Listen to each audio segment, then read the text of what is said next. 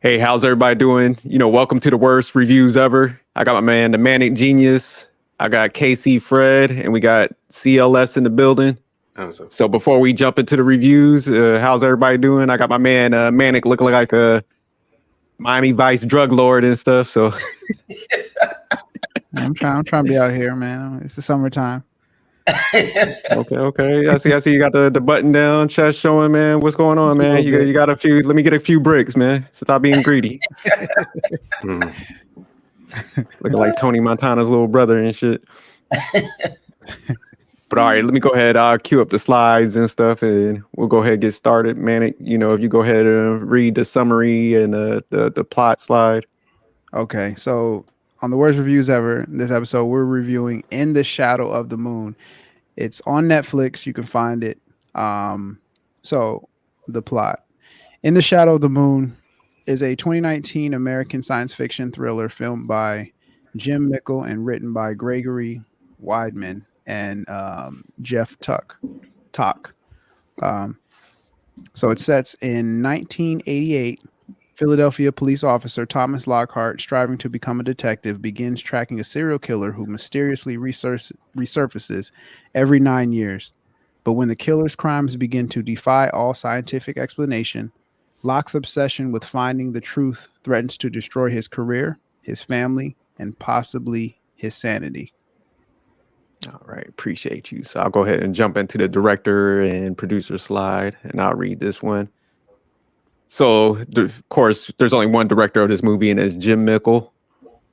And the producers for this movie is Brian Kavanaugh-Jones, Ben Pugh, Ryan Calhill, Linda Moran, and Jim Mickle. Jim everywhere, huh?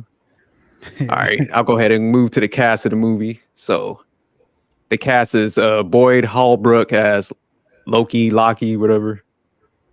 Cleopatra Coleman as Raya. Bokeem Woodbine as Maddox. Rudy Dar Mulgren as Naveen Rao. Rachel Keller as Jean. Michael C. Hall as Holt. And Philippa Domville as Arlene. And Tony Napo as Clark. And these are just the main characters of the movie. Of course, there was more, but we try to just highlight the major characters that, are in the film for, I say a longer period of time. Yeah. Which one was Arlene? Man, off the top of my head, I couldn't remember who specifically she was. But let's jump into the ratings. We'll go ahead and give the ratings. So, all right, Manic, what's your rating for the movie? This one was tough. This one was really tough.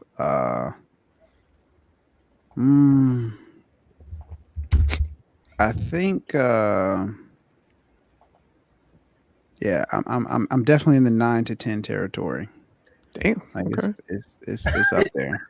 I'm trying to see exactly where I kind of feel.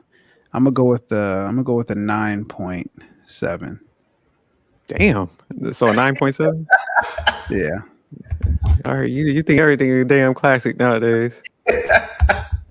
All right, Fred. The movie is a good movie, man. Okay, I got you. So you said 9.7? 9.7. All right, cool. All right, Casey Fred, what you rate this movie as? I actually gave it a 6.5.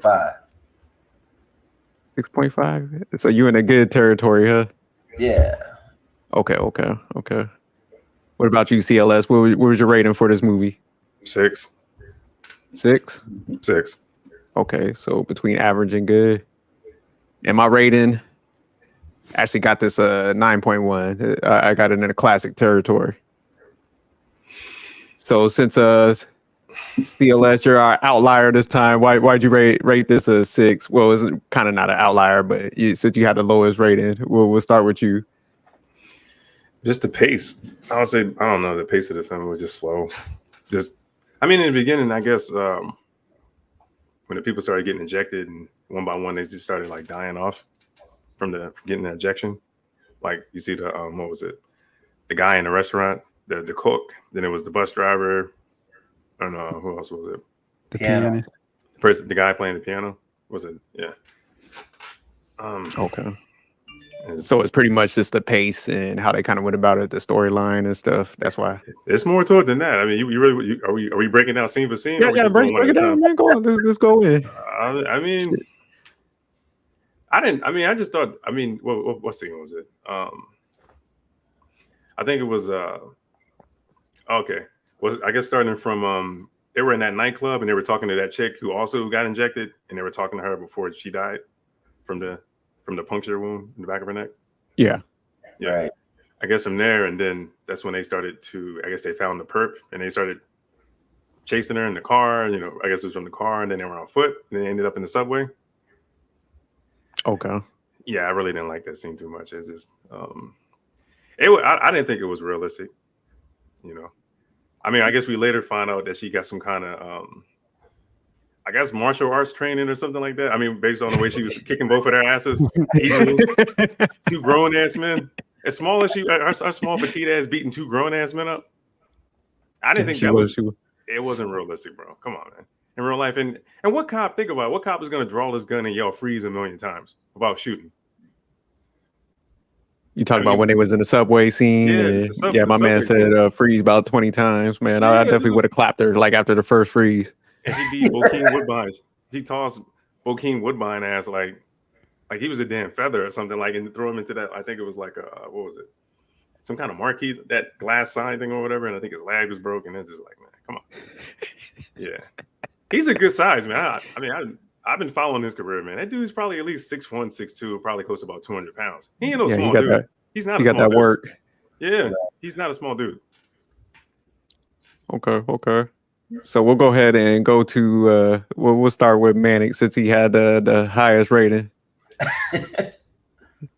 Yeah. So I think from the very beginning of this movie, with the deaths, it automatically drew my attention, not just from the actual action, but like it drew my attention visually, just seeing the blood shooting out the side. I mean, it's just not like a typical death, so it immediately caught my attention, and it was from the very beginning.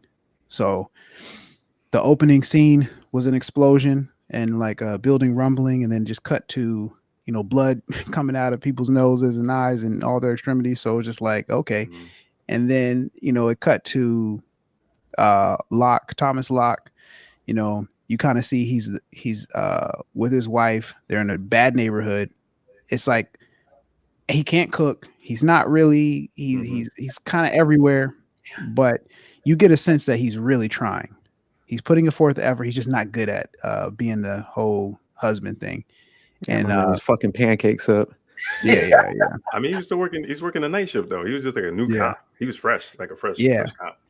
And you could tell like he really wanted to be a cop. He had like this energy about him, like, did you guys check this? Oh, this is brains. Like, yeah, we already know, dude. Like, get out of here. Like, calm this shit down and go man the parking lot. Yeah. So I mean, you just see the different dynamics. And I think it was just really well written with because how else would he stay in contact with like Holt? That's his brother-in-law and stuff like that. So it provided a level of access even when later in the movie where he kind of like shows he's definitely not winning no Father of the Year award. So my man put his work literally over everything and became obsessed, and that happens to people. People become obsessed, especially when they lose something or that happens so traumatic. And I think there was just so many good elements of the movie, and it just kept me entertained from the very beginning to each scene. There was not a single scene where I was just like, they could do without this scene, because the only scene that I started was just like, okay, I'm not super interested. Was the scene where he went and met up with the lady whose ex boyfriend or husband was, the conspiracy. That was Arlene. Oh, that was Arlene? Oh, that was Arlene? That was Arlene. The chick smoking cigarettes, looking like a meth head. Yeah, Arlene. Okay, all right, that's perfect.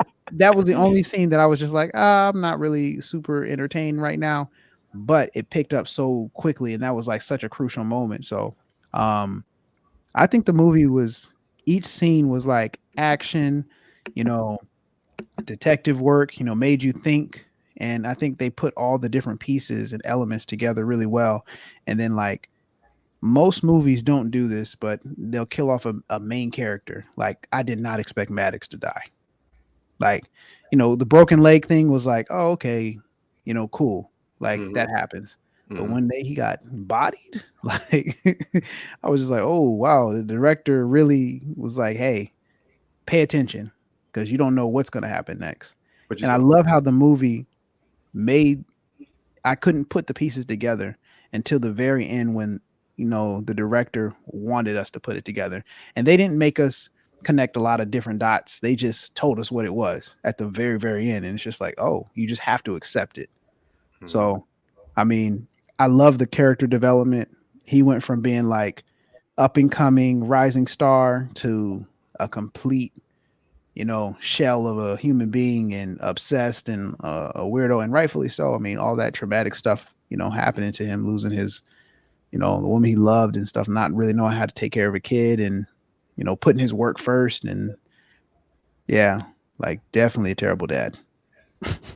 But I like I gave the movie such a high rating because I would definitely watch it over and over. And one thing I hate about movies, they don't give you closure. This movie, this is one of the few movies I've ever watched that gave me such unique closure. And I'll get into that a little bit later. I'm not going to talk all night. Yeah. Well, you CLS, you was about to chime in on something. Do you remember when he was talking? And I was gonna say, well, the part where they were at the what do you call it? The was it the airfield?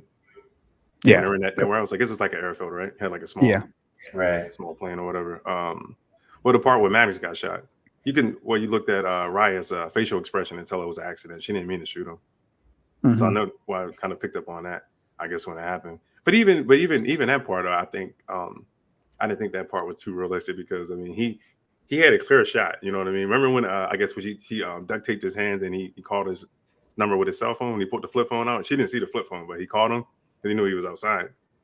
And yeah. And then he came inside or whatever, and he was behind that small plane or whatever. He had a clear shot. If he wanted to shoot her, he could have just shot her. He didn't have to yell "freeze, bitch." As soon as he said "freeze, bitch," that's when she turned around and the gun went off. The shotgun went off, and he got shot. And he got caught and clapped in the face. Well, I like how they kind of connected it because I didn't expect him to die. But you remember, like when they were in the subway, she was like, "Hey, sorry for your partner and shit." Yeah, and then that's when I was like, "Oh, so she already knew that was coming and stuff." Plus, I knew Bokeem Woodbine was gonna die in this movie because of the hairline. They did my man dirty. You see his hairline? It was like in the middle of his head. His hairline been like this since 1992. Usually he rocked a baldy though, but I was like, yeah, with a hairline like that, he's got like 20 minutes left in this movie. Like he will be. It's always been that way, though.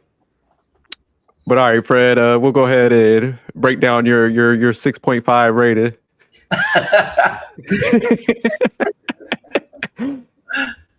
Yeah, so I give it a 6.5 just because I mean I like the concept of someone moving forward through time and then someone is actually traveling backwards through time. But after that, it just kind of, I don't know, it kind of felt flat for me. I just felt like it had too many gaps, and the character Tom Lockhart, for some strange reason, he just kind of got on my nerves because he kept making decisions that was costing him way too much. And like an example would be like Tom, he kept wanting to be on this case when his brother-in-law, we said, Holt, the lead detective, told him to stand down. And he was like, no, I gotta, figure this out. I gotta figure this out, which eventually cost him his time with his wife, who eventually goes into labor. And then, after childbirth, she dies. Yeah. And then the other one was, he just kept pursuing. Like he just felt like he had to keep pursuing.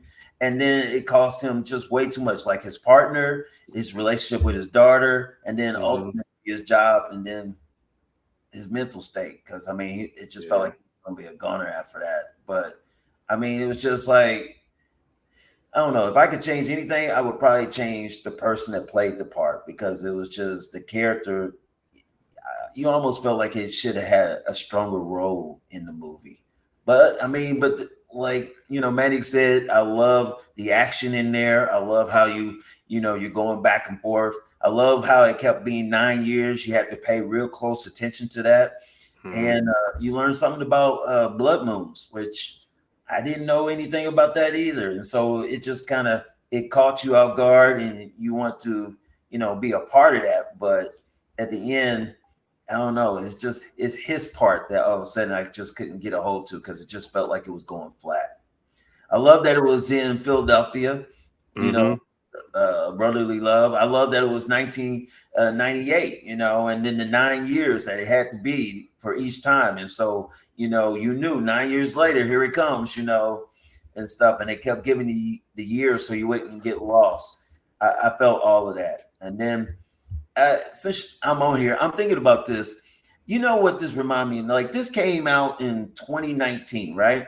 Right. Yeah. You guys remember the movie with Tom Cruise? It reminded me of it came out, the Minority Report. It came out in 2002.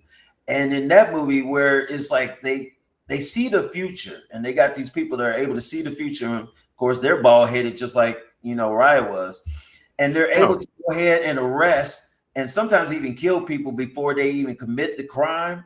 Yeah. Yeah. Yep. Yeah, I remember. That was a good movie. Had that kind of vibe here too, And so that's what it reminded me of. And yeah, I kind of like that. I was intrigued by that. It was just, I just wanted a stronger presence with the main character. And that was kind of like what fell flat for me. And did you notice how they kept inserting Allen Iverson? Yeah. In 97 and 2006? You noticed that? Yeah, I did. I'm an AI fan. So I didn't know if you guys picked up on that. The radio. Nah, I didn't even pick that up. You want me to tell you? Well, you know he was drafted in 1996, right? Yeah, right. No, I remember. So when it jumps from 88 to 97, this is like his second year with Philly. He was with Philly. He played with Philly until 2006. Right. You know that, right? Until he got traded to Denver, right? Exactly. No, I remember that. But in 1997, his daughter's now, fast forward, his daughter's 9 years old. They're at the house, they're making breakfast. He's like, hey, we're gonna go get the flowers and go see mom, that type of thing. Notice she was rocking the Iverson jersey the whole time. You notice that?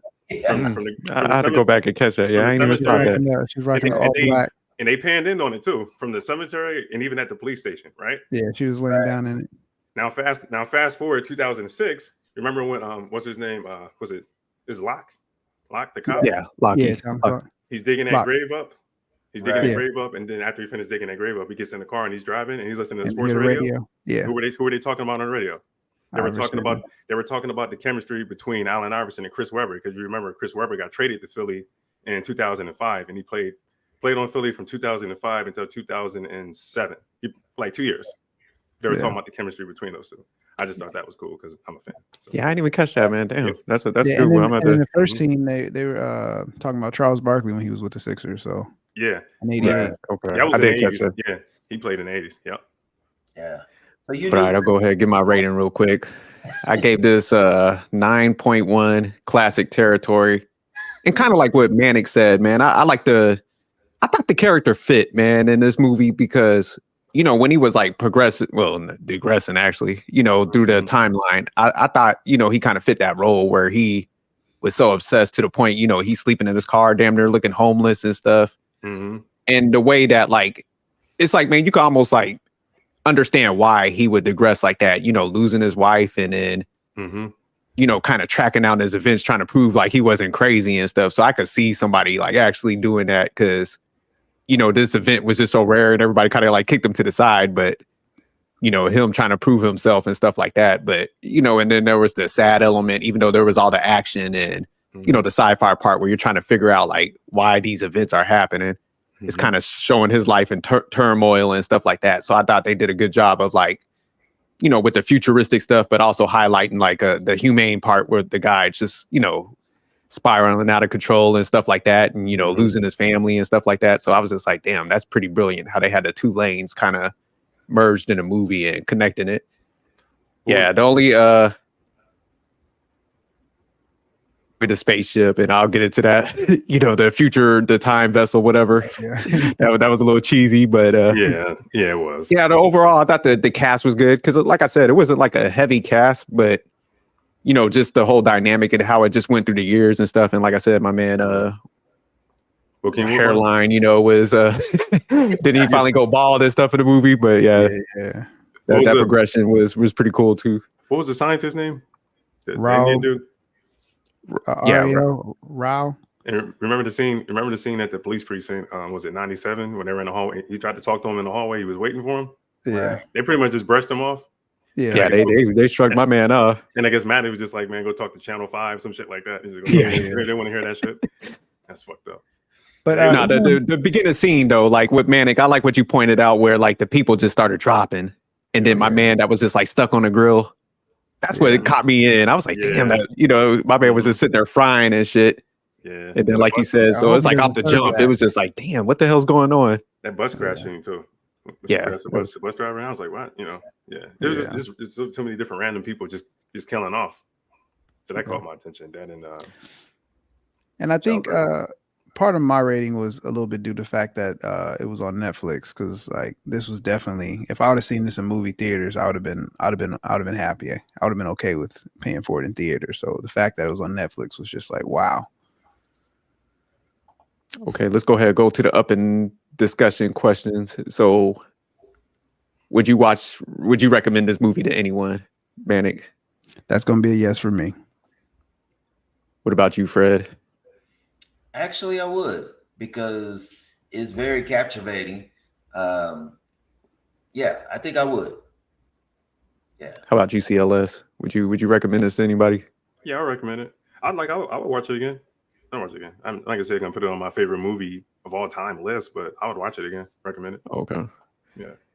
So Manic, would you watch this again? Absolutely. What about you, Fred?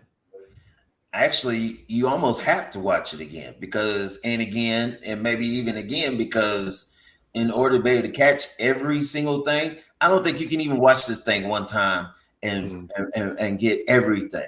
I mean, it was so much stuff going on, and you got to understand, this actually went over several categories. You had action, you had sci-fi, you had mystery, you had thriller. I mean, it was like a lot of genres here. I'm really shocked that, like, where did they actually say this movie was at the end? Because it had everything in it almost, and that's the only reason why I was like, I just kind of wish the character would have been stronger. So, the lead character? Yeah, Tom. I mean, because he goes through everything from the beginning to where all of a sudden, like you guys were saying, where he's gun-ho and he wants to be the best that he could be, to where all of a sudden he starts making these, I feel like, critical mistakes, because like Manic said, he's so obsessed to be, to be able to get this case. I got to make this. I got to make my name. I got to get this, to the point where he starts losing every single thing that's so close to him, and to me, it ends up being really sad at the end. I felt like, at least from his perspective.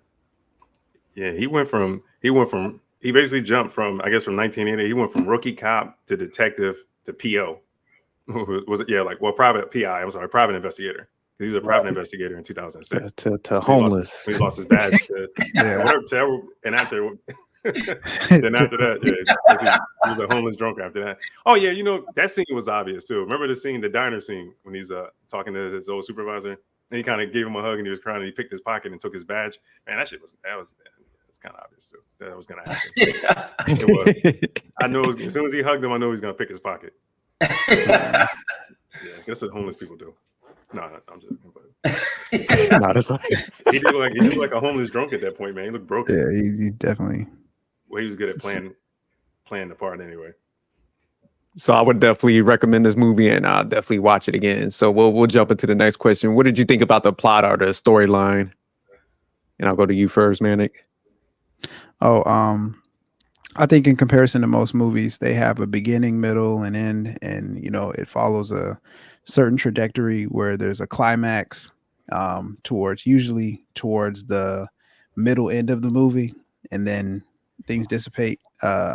But this movie, because they had so many different time zones starting from 88 and spanning to 2024, it gave a unique opportunity to have multiple climactic moments like within each time period. And so I think that's just unique, just because the nature of the movie, that you have the opportunity to have like the highs and then the lows and then the highs and the lows, and it can continue for literally each time frame segment. So that's what made the movie so great for me. So as far as the plot and storyline, I think the plot was good. It's like, hey, if you could go back in the past and change, right some wrongs or prevent something that's catastrophic from happening, I think every sane person in their right mind would take on that. So I thought the plot was amazing. The storyline, and this is why I didn't give it, a solid 10, because you have to use your imagination a little bit.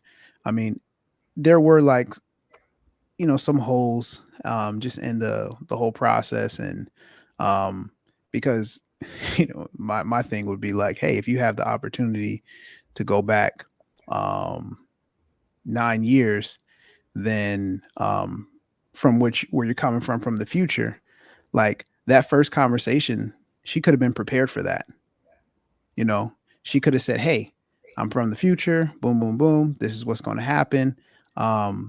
And you raised me, you taught me this. He could have had a conversation with her when he was teaching her this thing and saying, hey, this is what you exactly need to say to me when the first time when you see me in 88, like, hey, I made it this far.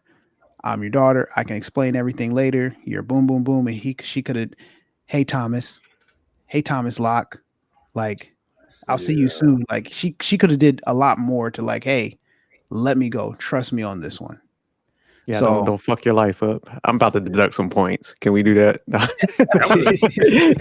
that I'm thinking about it. yeah. So I mean, there were some holes in the storyline, but I mean, if you allowed it to be a movie and just followed the train of thought, I thought the train of thought was really good. So I think the storyline was excellent.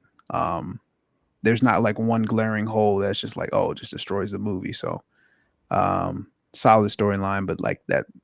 The plot was perfect. No problem with the plot, but the storyline following along the lines of the multiple climactic moments was really good.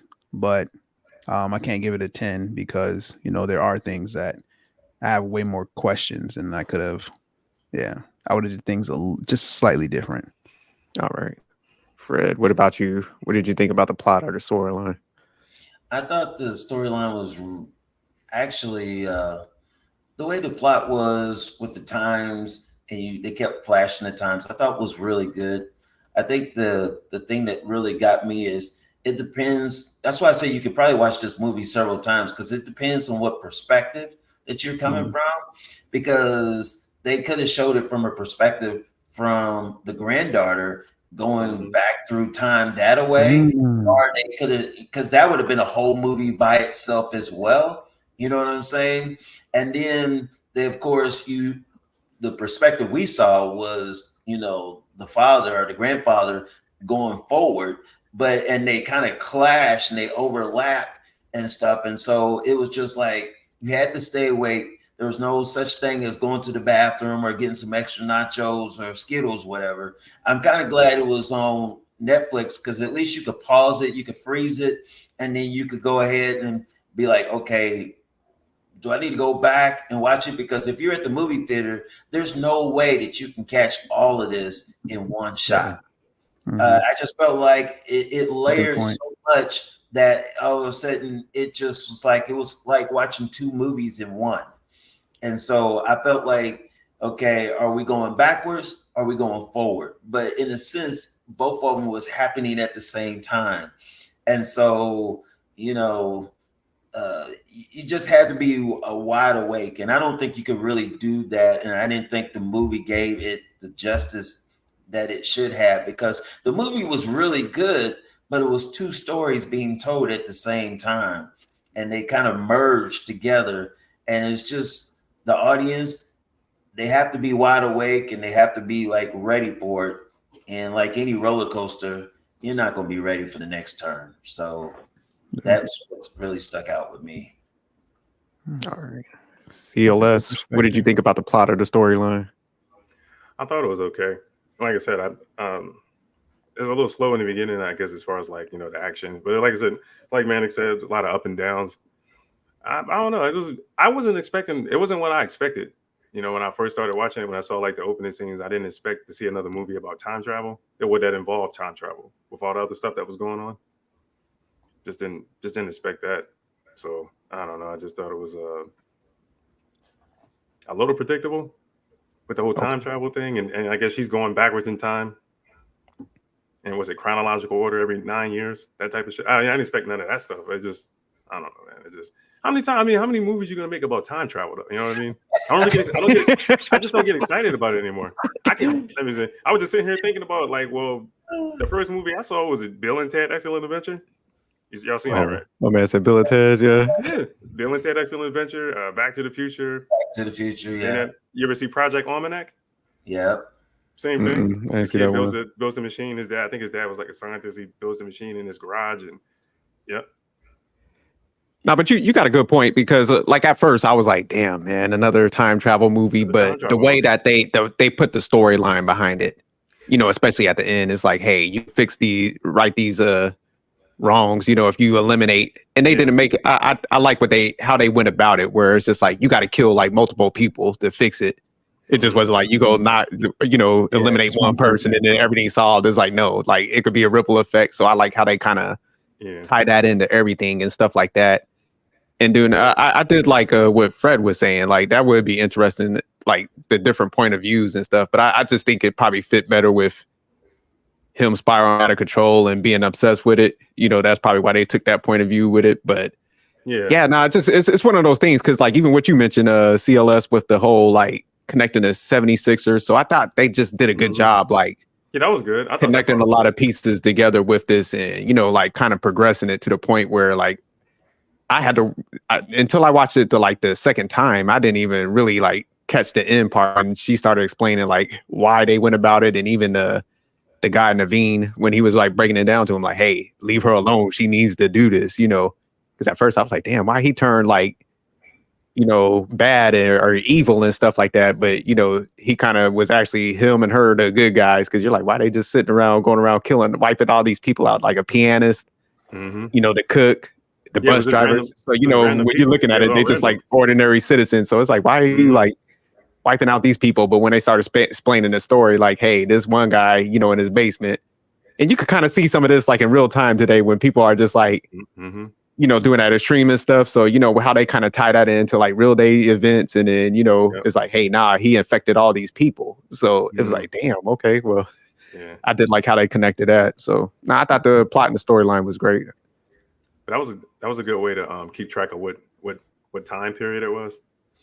With the Sixers, if you're being a fan of the team and knowing the players and stuff like that. So I can remember what year it was. Yeah, I thought that was. I'm gonna have to go back and watch that. But all right, so what scenes are actress performances stuck out, Manic, to you? I actually loved the main character Thomas Locke. For this movie. I think the scene that stuck out the most was on the night of the first occurrence in 1988. Him having that experience where he's chasing after this person dies right before his eyes. He's like, wow, that's crazy. He's walking back and they're like, yo, you didn't get the news. Your wife is in delivery. So he goes there. And he makes it just in time to like, hey, honey, I'm here. They share like a moment. He's there supporting her. And then, she unfortunately doesn't make it.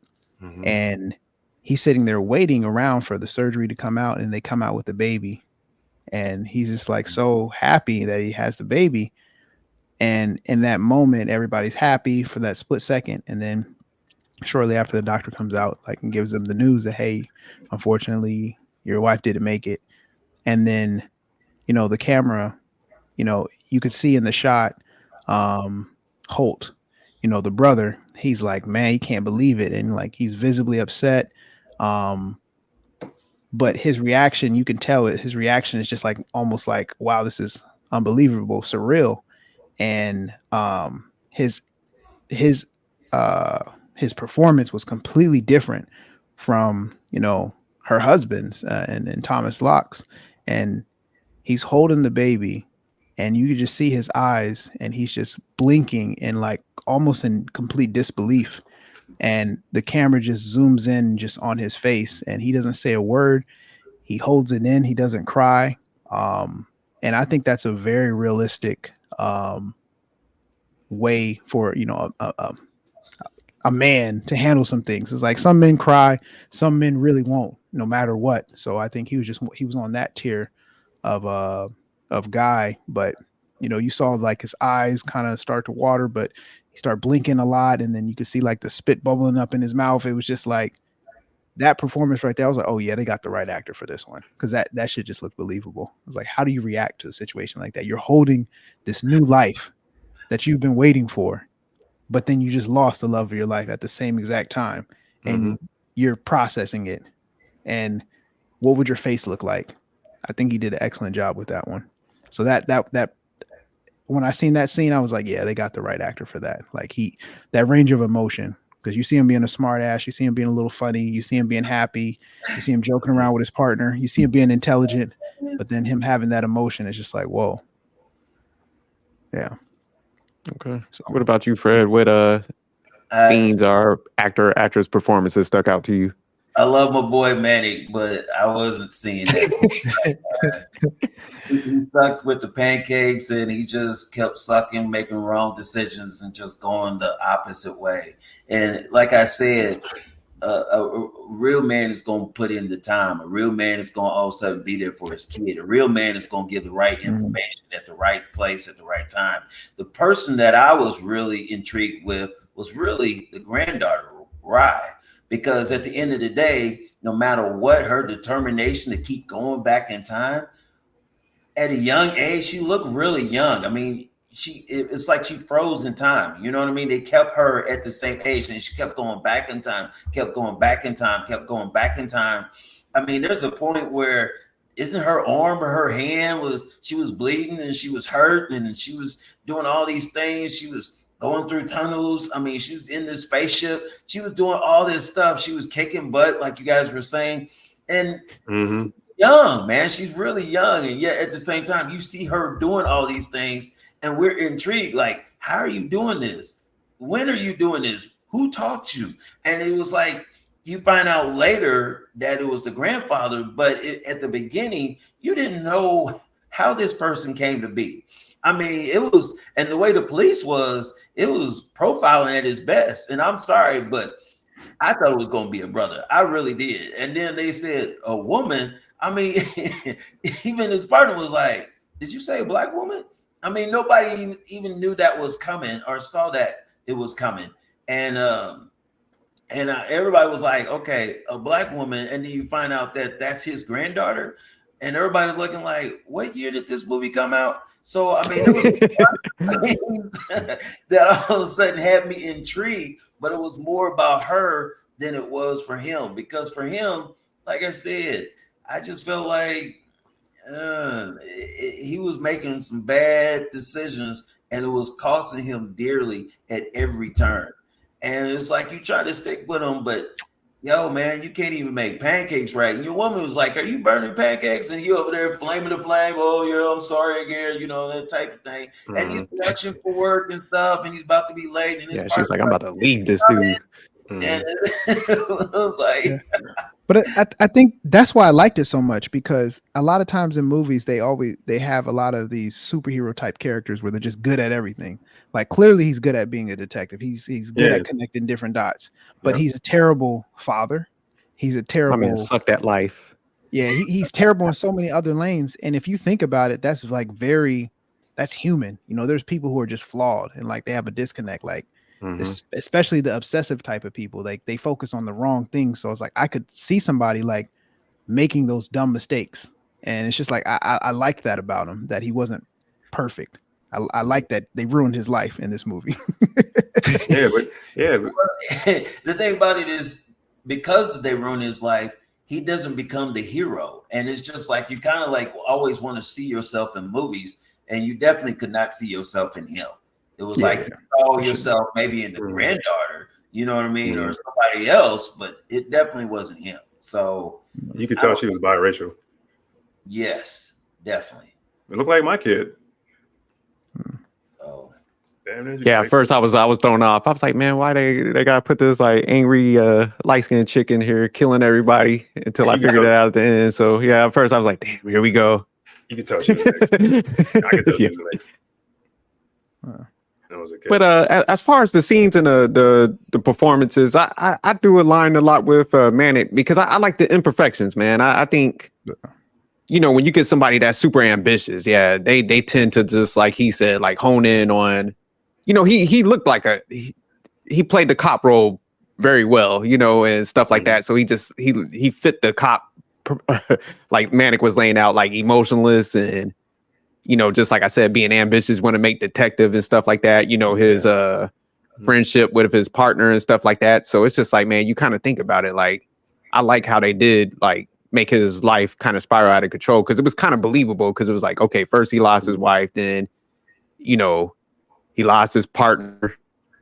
And then, you know, so this whole mysterious thing, you know, so it's just like, man, he's just obsessed at that point, like, hey, I got to get closure with this thing, you know, even though it might, you know, ruin everything. But it's just like, hey, it was because of this initial event that had, you know, kind of like took me out of my like lane and stuff like that. So he just had to get that closure. So I could see why he kind of spiraled out of control and stuff like that. And you know, so I think the way that they put him in this role for the cop, I did like that element. And I do like what you were kind of saying, Fred, as far as the hero stuff. But I think the female kind of took the hero role, like after they explained it out. Because at first I was like, damn, why she is mad, you know, wiping everybody out. But like, yeah, once towards the end, I started figuring out, I'm like, oh, damn, like, you know what? That does make sense. Because, you know, you start thinking about like just even history, you know, you could just think of a few people that could probably been like in this scenario. You could place in that and be like, hey, that definitely would make sense. That would clean up a lot of stuff, a lot of, you know, tragedies that happen, you know, throughout history and stuff like that. So I like how they connected it, but, you know, did it in the future where it was like, hey, we had to do this because this like civil war was going to break down in, was it 2024 or something like that? Yeah. And so that's what kind of hit hard too. It was just like, damn, that's like next year, you know what I'm saying? So I was like, next year our time. Yeah. So it was like, oh wow, you know, how they kind of connected it in like real time and go through them years. I thought that was pretty clever. So I love this storyline and but you didn't feel performances. But you didn't feel like, you know, I thought the beach scene was good when he finally finds out who she is, when she kind of confessed and tells him who she are. Yeah, you know, you taught me everything I know. I got this charm bracelet from my mom, all that stuff. Remember what she was saying, all that stuff? Yeah, no, I really like that scene right there. You're right, CLS. But the only thing, like when Manning brought up the point, it kind of, I was like, damn, she could have done that shit a lot earlier. Yeah, that was a great scene. That's what I was getting at. I said, why she didn't just tell him that at the subway? Because remember, when she took him, she could have handed him a note. Exactly. Yeah. But you remember she said that you taught me everything I know, right? So you mean to tell me he had his gun in the subway, he had his gun drawn on her, and he started walking towards her? You know what I mean? Then you put your hands behind your back, you know, doing the cop thing. She turns around, she whipped his ass, she get the drop on him. He's laying on the ground. She got his handcuffs. She dragged his ass to a bench and cuffed him to the bench. Come on, man. She's not fucking strong enough to drag his big ass to that bench like that. You think she's strong enough to pull in Pilates and Taekwondo, man. She was about that life. Fuck out of here, man. Them subway towels. Hey, them subway towels are slick. You ever been? Yeah. Okay. All right. She's getting her swell on and stuff. No, I think the other scene that I did like too was, I definitely liked the beach scene, but damn, what was the other one? There was one more. I have to come back to it. It just like raced my mind, but yeah, I was just wondering, she could have definitely like upped that scene a little bit and saved him like from all that disaster and stuff like that. Because it's like you said, that was 1988. She was all that shit. You would have saved him, you know. Damn. Oh, the other scene I thought was sad when he finally like started figuring out like, hey, you know, everything should be, you know, like autocorrect itself since I stopped this part. Yeah. And she was like, hey, them events already happened, you know, and he just kind of let crush at that point, man. I kind of felt that scene. I was like, damn, like that's sad, because my man was thinking like, hey, if I do like meet up with her and like correct this, maybe like everything would go back and, you know, my partner and everything would kind of come back. Like I was was like, hey, so you mean to tell me there was no way they could save his wife? Yeah, no, she was just like, hey, everything already happened when she explained it to him. And that's when he was just like, damn, like I thought I was obsessed because of that. I thought I could fix some of this stuff. So, Oh, that's a good point. I didn't even think about yeah, that. because that's why he was so obsessed, because he was thinking like, hey, if I do catch up with this, maybe I could like fix it in Go some back way. to the So past. Yeah. yeah. So I felt that pain when he was just like, she kind of just had to like, hey, that shit ain't gonna happen. Go on, Playboy. Not in this timeline. But all right, so if you guys were the director or the producer of the movie, what would you change, do differently? And I know we kind of hit on some of this, but you could recap it real quick, or if you have something else. And I'll start with you, CLS, on this one. We'll start from the bottom up.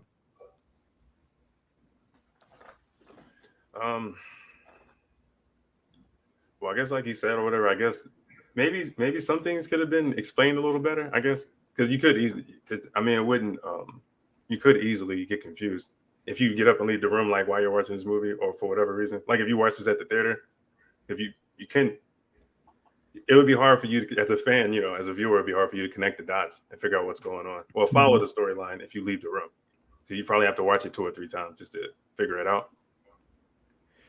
Yeah, I agree with you. If I would have seen this in a movie theater, there's no way in hell I would have caught all these like things, because even just hearing you guys, I'm like, shit, I got to go back and watch this. And I saw it like 3 times. So it was almost the movie was almost 2 hours long. That runtime was almost 2 hours. Yeah. Hour 55, I think. Yeah, it was about an hour 55. Yeah. All right, Fred. So what about you? What would you, if you were the director or the producer, what would you change I have done differently to this movie? Besides get rid of Locke. He hate Thomas Locke. Like I said, I didn't like the way they did the main character. Like I said, just the way you would have thought after all this work that he was doing that he would be more successful and that he would end up being a hero, but he wasn't. And then the other thing about it is it's too many different genres as far as the action, the thriller, the mystery, the sci-fi. And it just seems like you guys have already said it. How many times did everybody have to watch this movie to finally get it? And usually when you go and you pay your $15, $18, $20, you want to be able to get it the first time. You don't want to have to be like asking your neighbor, hey, so did you get this one? No, I didn't get this one. Can you help me? What happened here? What happened there? I don't know. I was watching the same time you was watching it. Weren't you paying attention? And so it's just like, that's the reason why I was glad it was on Netflix. And so I don't know. I would change a lot of things as far as in that perspective. I thought the movie was good as far as I thought Civil War. And then I don't know if you guys remember, they did show that book of Thomas Jefferson. They showed it twice. Yeah, and they wanted to make sure that you knew about that, because that was that book to remind you of the Civil War back then. And then here it is, 2024, Civil War was getting ready to happen again. And so I thought there were some key moments like that where they really want you to tie in, just like CLS, like you said, with Iverson and stuff like that. But yeah, I think they would needed a stronger character and to try to make him be better than what he was, because at the end, he was losing his mind. He lost everything around him. It was going downhill fast. And if he had a gun, I think he would have ended right then and there. He just pretty much lost it. And so he definitely was not the hero. It was definitely his granddaughter that, basically won the day. So, but that's how I feel about it. All right, Manic. If you were the director or producer, what would you have done or changed to this movie? Like I said, I gave the movie. What would it got it to a 10? Since you had it, what would you give it, like a 9.7, 8.5 or something? 7. There was like some little miscellaneous holes that that could have been like resolved. And they're so like small and nitpicky that I don't even just know them off the top of my head, but I was just paying attention as I was watching the movie. So I would have just fixed those. That would have probably got it to like a 9, like 9.8, 9.9. And then I would have just changed. Then I would have just kept the movie the same, and I would have just changed the last Well, the daughter was really nice. Like I thought the daughter was way too nice, for a dad that was that absent and missing. So I would change that dynamic just a little bit. I mean, she showed a little bit of her like frustration with him, but Yeah. I think he deserved a whole lot more because he was a terrible father. But so I would have changed that dynamic just a little bit. I would have tweaked it. Like I said, it got a really good, score in my opinion. I would have changed the last probably 5 minutes. So I would have did the whole explanation like she did at the beach. And then when he would have went back for his daughter to give birth, I would have had his daughter give birth to a dude. So check this out, right? He would have had a son. Yeah, he would have had a son. He would have had a grandson. And then he would have been like, wait a minute. She was supposed to be my granddaughter. And it would have been like, oh, she played you, dog. Yeah. Roll She family. played you. Yeah.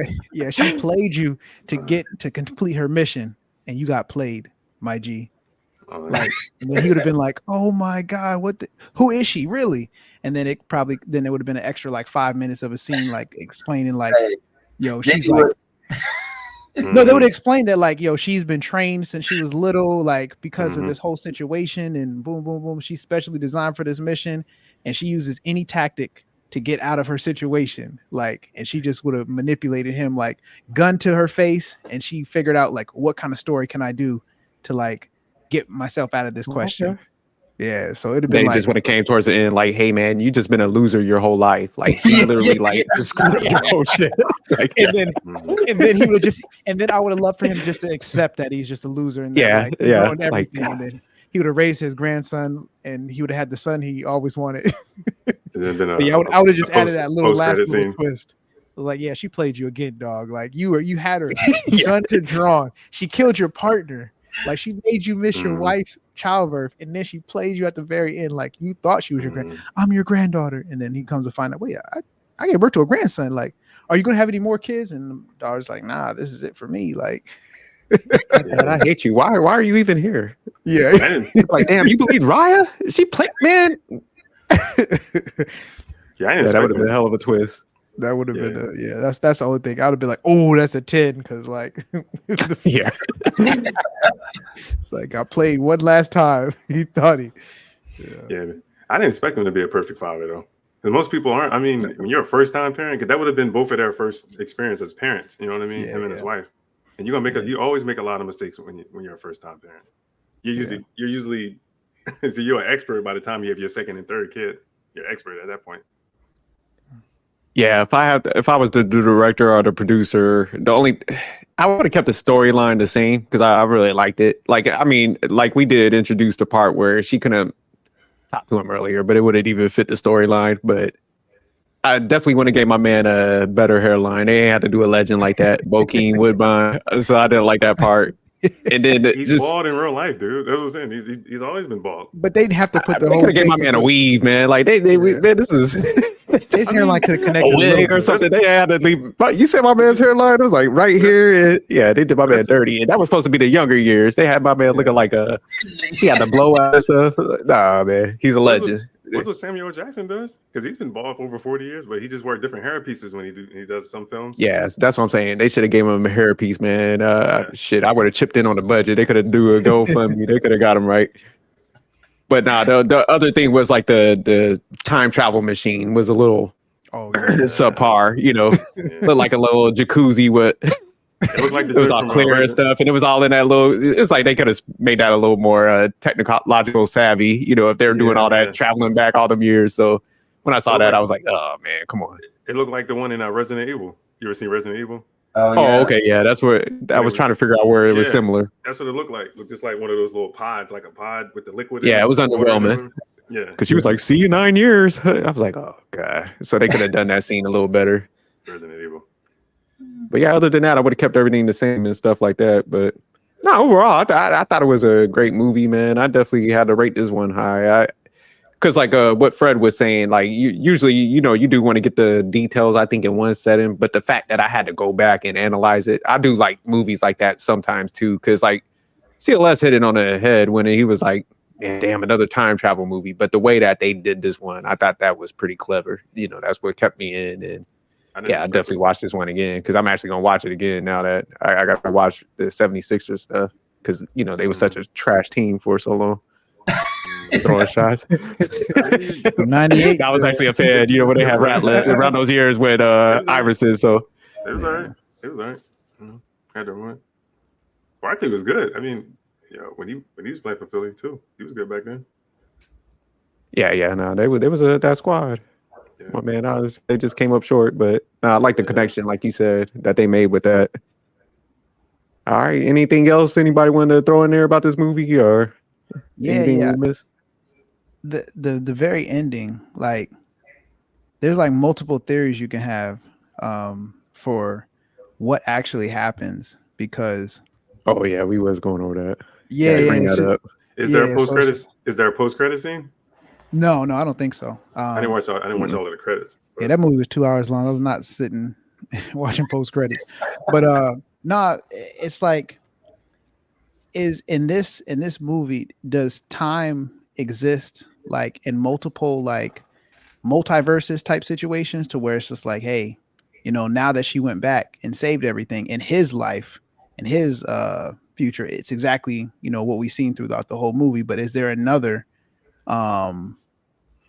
like time period, like a direct multiverse where she goes back and she does tell him more things? Or I don't know. I was thinking about it and I was like, oh yeah, it can just go so many different ways. Yeah, because I know what we were talking about earlier was I think once she came back and everything, she completed a task. Like she could grow up and be like a young girl and stuff like that. Where I forgot, you thought like, oh yeah, he's still gonna train her up and stuff like that, to be the assassin. But got it. It seems like they completed a task, like when she killed everybody and was able to make everything like happen and stuff like. And then when she told him like, hey, like you just could be my grandfather, push me on help me ride the bike and stuff and enjoy your life and stuff. So that's where I think like he just gets to live normal lives now and everything was like pretty much solved because what they came back and did. Oh yeah, that's right. Because she said at 9 years old I saw my first building blow up, but now since she's corrected it, she gets to live in a whole different alternate universe to where she's going to grow up at 9 and not see that building collapse and not see a civil war. So yeah, you're right. So I guess they kind of did explain that. Well, yeah, so that's what I caught. So I mean, in a way, he did kind of become the hero too. Where nah, he didn't. He just sucked that life, and she. And I don't think about it. Yeah, but now he has the actual opportunity to raise a child. Yeah, because he missed out on his daughter pretty much. Yeah. They made it seem like the rest of the movie he just didn't want to date any other woman after that. It was just this case and that's it. Him solving this case. He was upset. I mean, he was obsessed, and I mean, obsessed. Lost his wife through the whole situation, and then was raising a kid by himself, but really focused on work and stuff like that. Like he didn't really have too much time to be chasing no women. And then on top of that, he loses his partner the next couple 9 years. Like, yeah, there ain't no woman. Yeah. I mean, the type of woman he would have got a chick though. CLS on this. Yeah, I mean, you want see how he was looking. You want companionship at some point. So he could take shave his beard off and wash his ass and find somebody. Yeah, go to a bar. Like he believed in no showers. Go get him a bar chick. You know what I mean? You know what they're doing with That's what I'm saying. There's homeless chicks out here. Yeah, right. You can get a bad bitch at the homeless shelter in Atlanta. That's where you be at CLS. No, I'm just saying. CLS be there like, hey, you can get you one though. I got reasonable accommodations. Coming to America. You can find a bad bitch anywhere else. You get a bad bitch in Philly. You was in Philly too. You'll find one. It was 2006. Well, 2015. I don't know about 2015. They kind of rugged out there, man. It's looking like The Walking Dead in some of them parts. Go get them a Philly cheesesteak and get some ass on top of that. They do got them good Philly cheesesteaks. No, they do. They fire. Yeah. But no, I do like that point, Manic. Yeah, that's what had me thinking. I'm like, damn, did they actually do it? Until we started discussing a little bit. So yeah, no, man, this movie had like a lot of layers to it and stuff like that. So yeah, I'm gonna have to go back and connect some of that stuff. So I definitely missed some pieces listening to you guys. Yeah. All right. Does anybody have anything else on this movie, man? All right. So we'll go ahead and close this one out. So we'll go around real quick, give the outros. So Manic, where can they find you at? You can find me on IG at the Manic Genius. I mean, you find me on pretty much any platform, the Manic Genius. So that's where I'm at. Yeah, we take movie recommendations. So DM the Sophisticated Jerk or myself and or Casey Fred or this is CLS, and then we'll discuss it and find out what movie we're gonna talk about next. All right. What about you, Casey Fred? Any outros or where can they find you out? I'm still on Facebook, Instagram, Twitter, and just now started to get on TikTok. So, yeah. All right. CLS. Oh yeah, it's the same. Outros. And where can we find you at? You can find me Instagram, YouTube, TikTok. This is CLS.